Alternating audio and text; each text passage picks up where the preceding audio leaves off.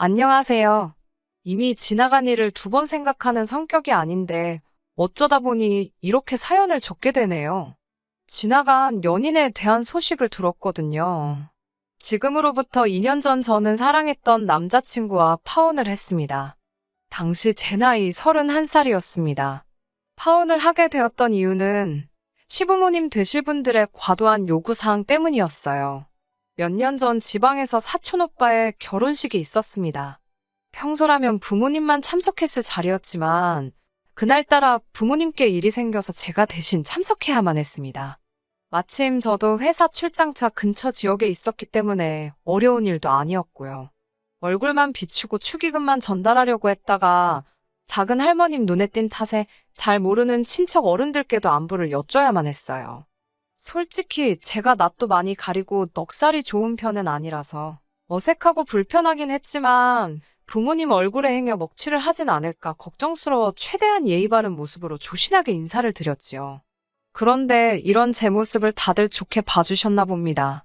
친척 어른 중 한 분께서 당신 아는 사람의 아들과 저를 이어주고 싶다며 며칠 뒤 연락을 해오신 거예요.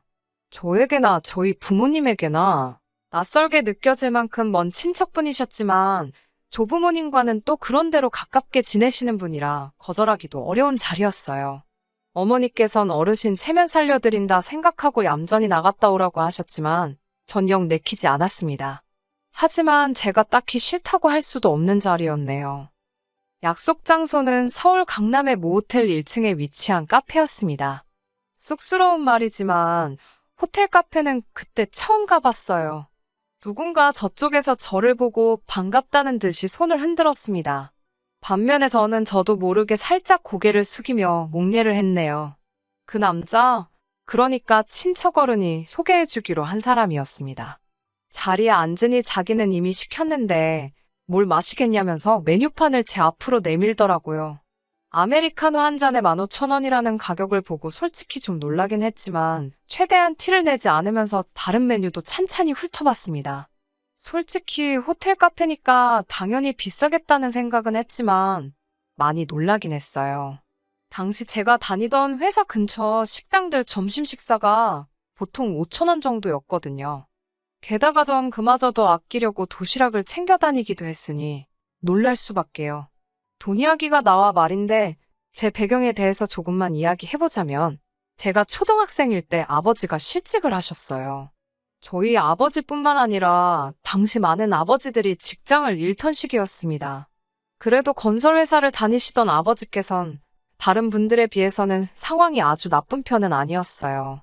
회사를 나오시면서 꽤 많은 금액의 위로금을 받으셨거든요. 하지만 위로금은 저희에게 아무런 도움이 되질 못했습니다. 훗날 어머니에게 듣기론 어떻게들 알았는지 몇몇 아버지의 지인들과 친구분들이 아버지께 돈을 빌려달라며 저희 집을 찾아왔답니다. 저희 아버지께선 남들에게 유난히 싫은 소리를 못하시고 거절도 못하세요. 게다가 주변 사람들 말을 정말 잘 믿으십니다.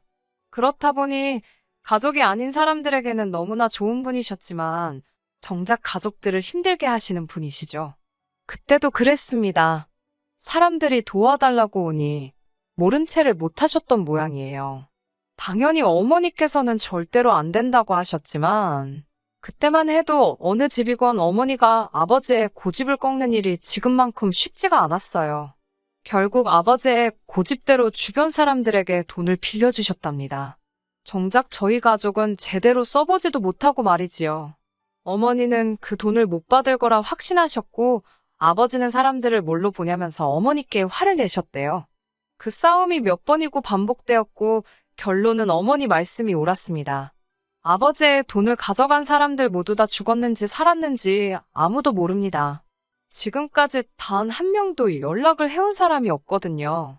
그 이후로 몇 년 동안 저희 가족은 정말 힘들게 살았습니다. 아버지는 당신이 사람들에게 당했다는 사실을 한동안 인정하지 못하고 허송세월을 보내셨습니다. 그로 인해 어쩔 수 없이 어머니께서 식당 일과 건물 청소로 생계를 꾸리셔야 했고 저는 저대로 힘든 학창시절을 보내게 되었어요. 그나마 제가 대학에 들어갈 무렵 부모님 두 분이 함께 장사를 시작하시면서 상황이 좀 나아졌고 제가 직장 생활을 시작하면서 조금 더 괜찮아졌었다고 보시면 될 것 같습니다. 그렇다고 해도 주변의 평범한 중산층 가정과 비교하면 녹록치 않은 상황이긴 했지만요. 아무튼 저는 그렇게 살고 있던 반면 남자친구는 겨우 커피 2잔에 3만 원을 아무렇지 않게 써버리는 모습을 보니 나름 충격적이긴 하더라고요. 심지어 커피는 반도 넘게 남았고 카페엔 30분도 채 머물지 않았으니까요. 제가 무슨 생각을 하는지 아는지 모르는지 남자친구는 이제 저녁을 먹으러 가자더군요. 자기가 이미 예약도 다 해놓았다며 얼마 멀지 않은 곳의 일식집으로 저를 데려갔습니다. 언뜻 보니 한 사람당 25만 원도 넘는 식사였어요. 식당 안에는 손님이라곤 남자친구와 저밖에 없었기에 이런저런 대화를 나누기가 좀 편했습니다. 저는 불현듯 남자친구가 아까 호텔 카페에서 저를 어떻게 알아봤는지 궁금해졌습니다. 저는 남자친구의 사진을 보지 못했거든요. 그러자 남자친구가 사실 자기는 제 사진을 이미 봤었다고 하더군요. 결혼식 때 찍은 단체 사진에서 저를 보고 자기가 다리를 놔달라고 했답니다. 그제서야 왜 저를 잘 알지도 못하는 먼 친척어른께서 다리를 놔주신 건지 조금은 납득이 가더라고요. 그러면서 남자친구가 자기 집안 이야기를 꺼냈습니다. 남자친구 아버님께서는 부동산 임대업을 꽤 크게 하고 계시고 자기도 곧 그 일을 물려받을 거라면서 지금은 그 부동산들을 관리하는 일을 하고 있다고요. 그러면서 어느 지역에 어떤 부동산이 있는지 이야기를 하는데 솔직히 귀에 들어오지 않았습니다. 여러 가지 감정이 교차했거든요. 좀 전까지는 나름 호감도 느껴졌고 어쩌면 잘 될지도 모르겠다는 생각도 들었었는데 갑자기 왠지 모를 주눅이 들었어요. 어쩌면 제가 스스로에게 자격지심이 있었는지도 모르겠습니다. 당시 제가 좋은 직장을 다니고 있긴 했지만 남자친구의 조건에 비하면 한없이 초라하게만 느껴졌거든요. 남자친구에 대해서 알게 될수록 얼마나 부담스럽던지 식사를 제대로 즐길 수도 없었고 대화에 제대로 집중도 되지 않았습니다. 남자친구는 뭐가 그리 좋은지 저를 보고 생글생글 웃는데 저는 마음이 너무 불편했어요. 남자친구가 집에 데려다 주겠다는 걸 극구사양하고 지하철 타고 집에 왔습니다. 집에 도착하니 부모님께서 어땠냐고 궁금해하시며 물어보셨지만 대답할 힘도 없었어요. 그동안 연애를 안 해본 것도 아닌데 온갖 진이 다 빠진 기분이었습니다. 들으시는 분들께선 겨우 비싼 커피 한 잔에 밥 한 끼 얻어먹었다고 뭘 그렇게 오버하냐 하실 수도 있지만 솔직히 잘생기고 조건도 좋은 남자가 저한테 적극적으로 다가오기까지 하니 왠지 정말 공주가 된 기분이었거든요. 무도회에 간 신데렐라가 집에 돌아왔을 때 이런 기분이었을까요? 하지만 결혼은 현실이라는 말을 귀에 못이 박히게 들었기에 못 먹을 감 찔러도 보지 말아야지 생각했습니다. 침대에 대자로 누워 뻗어 있는데 남자친구에게서 전화가 걸려왔습니다. 남자친구는 저에게 잘 도착했냐며 다음에 또 만나고 싶다고 하더군요. 전에 TV에서도 소개됐던 비싼 레스토랑을 말하면서 같이 가자길래 이번엔 제가 장소를 정하겠다 했습니다. 그리고는 제가 다니는 회사에서 얼마 떨어지지 않은 곳에 위치한 프랜차이즈 아이스크림 가게로 오라고 했어요. 남자친구의 애프터 신청 자체는 너무 반가웠지만 확실히 제 의사를 전달하려면 제가 편한 장소로 가야겠더라고요. 그렇게 이틀 뒤 남자친구를 만났습니다. 남자친구는 보고 싶었다며 지난번보다 훨씬 적극적으로 저에게 다가왔습니다. 저는 그런 남자친구에게 솔직한 제 마음을 털어놓았어요. 다리를 놔주신 저희 친척 어르신께 들었는지 모르겠지만 나는 당신처럼 잘 사는 집딸이 아니라고요. 지금 비록 좋은 직장을 다니고는 있지만 매달 얼마씩 부모님께 생활비도 드려야 하고 앞으로도 계속 도와드려야 할지도 모른다고요. 연애도 남자한테 전적으로 의지하고 싶지 않은데 당신과 나는 차이가 너무 나기 때문에 내가 당신을 위해 해줄 수 있는 게 없을 것 같다고 허심탄회하게 털어놓았습니다. 마지막으로 나는 분수에 넘치는 것을 욕심내는 사람이 아니니까 당신은 당신한테 어울리는 여자를 만나라고요. 제 진심이 통한 걸까요? 제 이야기를 듣던 남자친구는 그런 저를 한참 물끄러미 쳐다보더니 정말 자기가 사람을 제대로 본 것 같답니다. 지난번에도 좋은 사람이라는 걸 느꼈지만 오늘 이야기를 듣고 나니 정말 심성이 고운 사람인 것 같다면서 자기가 찾던 이상형이 맞는 것 같다고 정말 진지하게 만나보고 싶다고 하더군요. 어쩐지 남자친구도 이번에는 지난번과 달리 태도가 한층 심각해진 것 같았습니다. 저는 남자친구에게 그럼 생각해 볼 시간을 달라고 했어요. 남자친구는 너무 오래 기다리게 하지는 말라면서 저를 집에 데려다 주었습니다. 며칠간 고민 끝에 헤어질 때 헤어지더라도 한번 사귀어보는 쪽으로 결심했습니다. 남녀 사이라는 게 어떻게 될지는 사귀어보지 않으면 모르는 일이니까요. 적어도 저는 제 속내를 숨김없이 보여주었으니 속된 말로 꿀릴 것 없다는 심정이었습니다. 솔직히 부모님의 가난은 제가 어떻게 할 수 없는 일이기도 했고요. 그렇게 저희는 연인 사이가 되었습니다. 그리고 사귄 지 고작 몇 달 지나자마자 남자친구는 저를 자기 부모님에게 소개하고 싶어 안달이었어요. 하루빨리 눈도장 찍고 결혼 승낙을 받고 싶다고 했습니다. 하지만 저는 솔직히 걱정도 되고 두려운 마음도 있었기에 조심스러웠어요.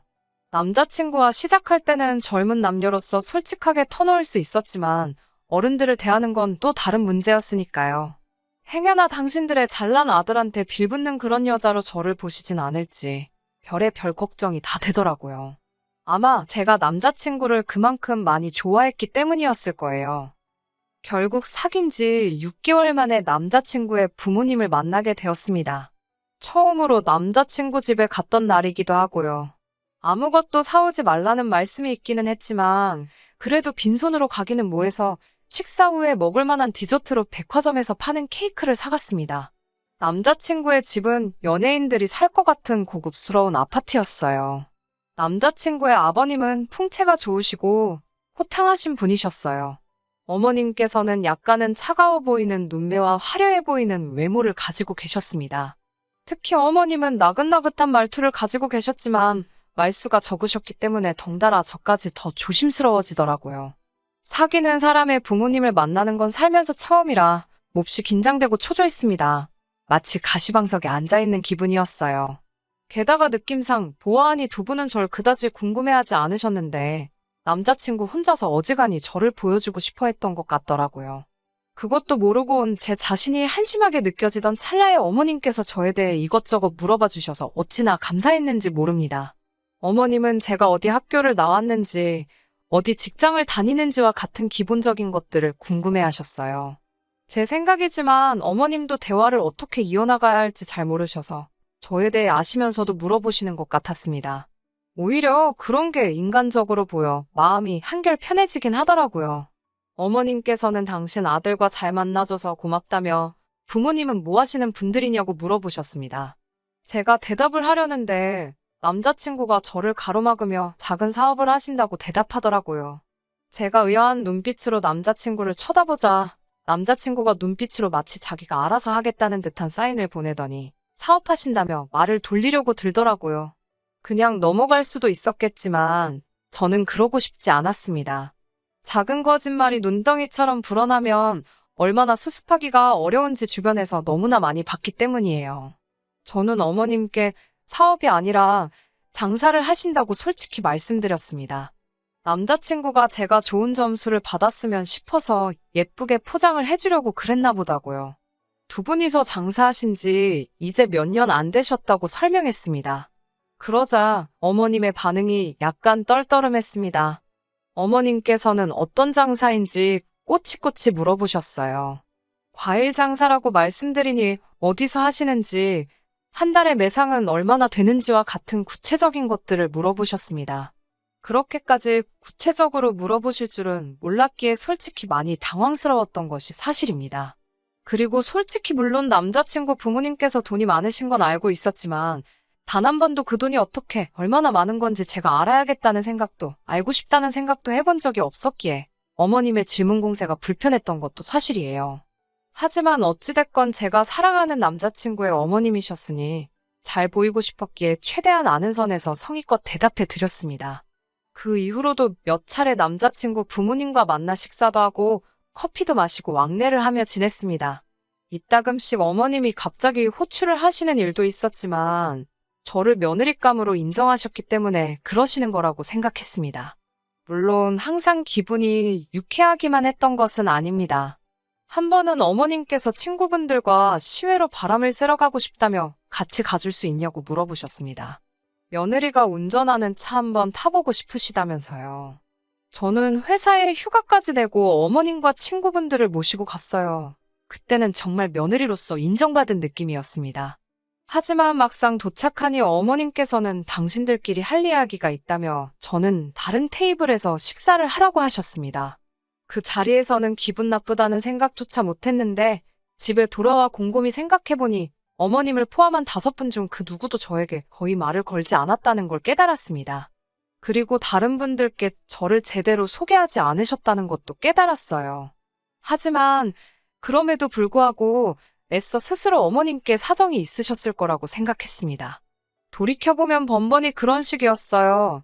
그래놓고 어머님은 항상 우리 며느리감은 순해서 좋다, 착해서 좋다는 말을 입에 달고 사셨습니다. 그런 가짜 칭찬에 속아 넘어간 저는 바보처럼 남자친구 부모님과 잘 지내고 있다고 믿었고요. 그러다 어머님으로부터 말도 안 되는 제안을 받게 되면서 정신을 차리게 되었네요. 정말이지 어찌 보면 어머님이 저를 살려주신 게 맞네요. 사귄 지 1년이 되던 날 저는 남자친구에게 정식으로 프로포즈를 받았습니다. 여자라면 한 번쯤 꿈꿔봤을 법한 그런 로맨틱한 프로포즈였어요. 언젠가 이런 날이 올 줄 알았기 때문에 당연히 기쁜 마음으로 프로포즈를 받아들였습니다. 저희 부모님도 정말 기뻐하셨어요. 당신들이 주지 못한 편안하고 안락한 삶을 남자친구가 가져다 줄 거라 생각하셨던 모양이에요. 남자친구에게 몇 번이고 고맙고 잘 부탁한다 하셨습니다. 이제 제 인생에는 정말 꽃길만 있을 줄 알았어요.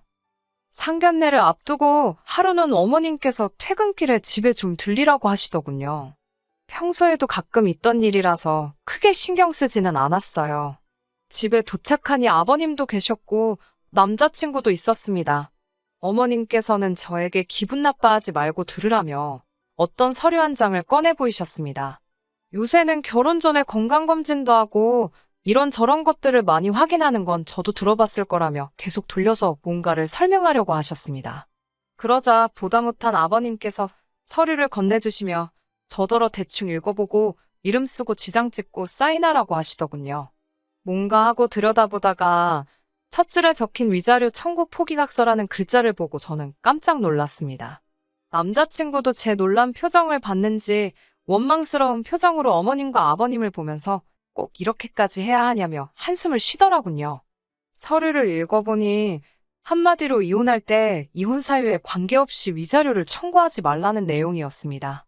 아버님이 하신다는 말씀이 남자가 사업을 하다 보면 이런저런 구설수에 휘말릴 수도 있는데 그런 거 하나라도 꼬투리 잡아서 제가 이혼이라도 한다고 들면 서로 머리 복잡해진답니다.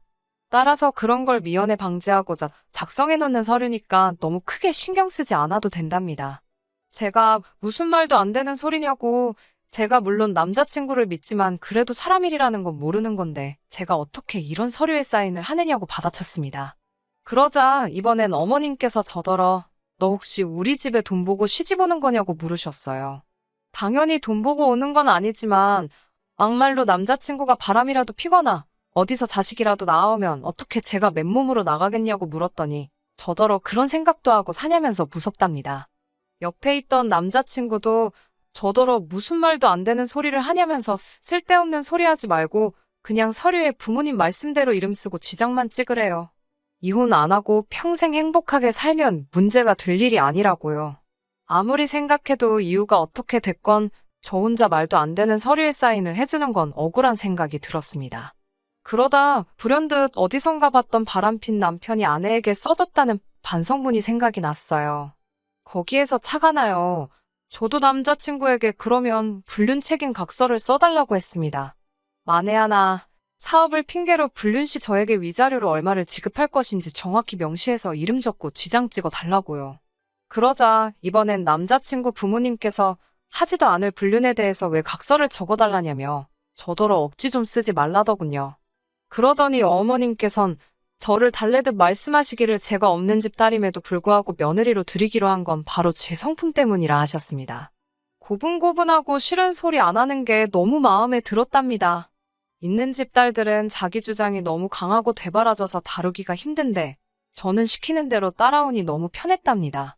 그런데 갑자기 왜 이러는 거냐면서 일 복잡하게 만들지 말고 얼른 이름 적으라며 저를 달래시는데 그제서야 알겠더라고요.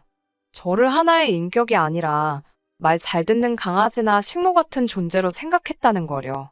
옆에 있던 남자친구도 저를 향해 한다는 소리가 평소엔 착한 사람인데 오늘 왜 이러는지 모르겠다면서 빨리 부모님이 시키는 대로 하라는데 정말 미칠 것만 같았습니다. 그동안 이 가족들이 저를 어떻게 생각한 건지, 제가 얼마나 등신같이 군 건지 알겠더라고요. 제가 이 집에 팔려오는 것 같아서 기분이 너무 더러웠어요. 마음 같아선 욕이라도 퍼부어주고 싶었지만 차마 그러지는 못하고 남자친구에게 헤어지자고만 했습니다. 대신 평생 자기 부모님을 원망이나 했으면 좋겠다는 아기를 가득 담아서 네 부모 때문에 헤어지는 거라고 확인시켜 주었습니다. 남자친구 부모님께도 어디서 얼마나 거지 같은 결혼 생활만 보고 듣고 겪으셨길래 이딴 서류부터 작성하게 만드시면서 아들의 결혼 생활을 시작하게 하시는지 참 불쌍하시다. 한마디 해드리고 그대로 그 집을 빠져나왔습니다. 그 이후로 남자친구에게 몇 차례 연락이 왔고 남자친구가 집 앞으로 찾아오기도 여러 번이었지만 이번만큼은 웬일인지 제 마음이 조금도 움직이지 않았습니다. 한 달쯤 지나서 친척 어르신이 연락을 해오셔서는 조심스레 남자친구의 안부를 전하시더군요. 상사병인지 뭔지 먹지도 자지도 못하고 누워만 있는다면서요. 그때는 제 마음이 살짝 흔들릴 뻔도 했지만 잘 참아냈습니다. 저희 부모님이 어르신께 소식을 전하시지 않으셨으면 좋겠다고 정중히 말씀을 드렸고요. 그러다 엊그제 자그만치 2년 만에 다시 그 사람의 소식을 듣게 되었습니다. 그 사람과 헤어지고 나서 저는 일만 하며 살았습니다.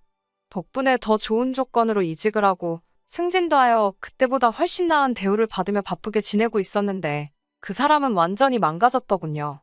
저와 헤어지고 얼마 지나지 않아 부모님의 권유로 비슷한 재력을 가진 여자와 결혼을 했나 봅니다.